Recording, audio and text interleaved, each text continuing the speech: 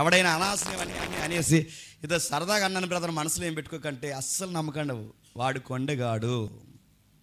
అస్సలు నమ్మకండి, వాడితో మీరు స్నేహం చాలా డేంజర్. ఎప్పటికైనా మరి చెప్తున్నాను, వాడి మాటలు అస్సలు నమ్మకండి. ఇంకా నేను చెప్తున్నాను, వీడు కొండగాడా కాదా మీకు తెలియాలి అంటే ఒక మాట అంచనా వేయండి. ఈ మాటను బట్టి మొట్టమొదట వాడు ఆత్మీయ జీవితం ఎలా ఉందో చెక్ చేయండి. ఎవడైనా మీకు ఇన్ఫర్మేషన్ ఇస్తున్నప్పుడు ఇదే చెకింగ్. మీకు ఎవడైనా ఇన్ఫర్మేషన్ ఇస్తున్నప్పుడు ఆ చెబుతున్నవాడు డివోషనల్గా ఎలా ఉంటాడో ముందు చెక్ చేయండి. వాడు డివోషనల్ లైఫ్ బాగోకపోతే చెప్పండి, వాడి మాటలు కూడా బాగోవు. వాడు డివోషనల్గా ఎలా ఉంటాడు సొల్లు చెప్తాడు. వాడు ఎలా ఉంటాడు, ఏ రోజు బైబిల్ చదవడు. వాడు ఏం చేస్తాడు, ప్రార్థన చేయడు. వాడు ఏం చేస్తాడు, పరిచయం చేయడు. వాడు ఏం చేస్తాడు చెప్పండి, సోది మాటలు చెప్పుకుంటూ తిరుగుతాడు. వాడి పని ఏంటి చెప్పండి.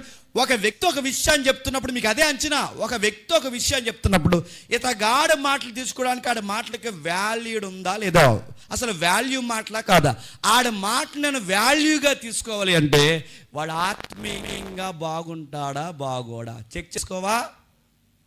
ఎదురింటి ఎల్లయ్య పక్కంటి పల్లయ్య గాడు చెప్పిన మాటలన్నీ ఎక్కించుకుంటే బాగుపడతావా? రోడ్డు పోయే ప్రతి దానిగాడు ఏదో నీకు మాటలు చెప్తే బాగుపడతావా? బాగుపడుతుంది నీకు కాపురం బాగుంటుంది నీ స్నేహం. చెప్తున్నాను, ప్రతి పనికిమాల మాట మాట్లాడుకుంటే బంధాలు బడపడతాయా?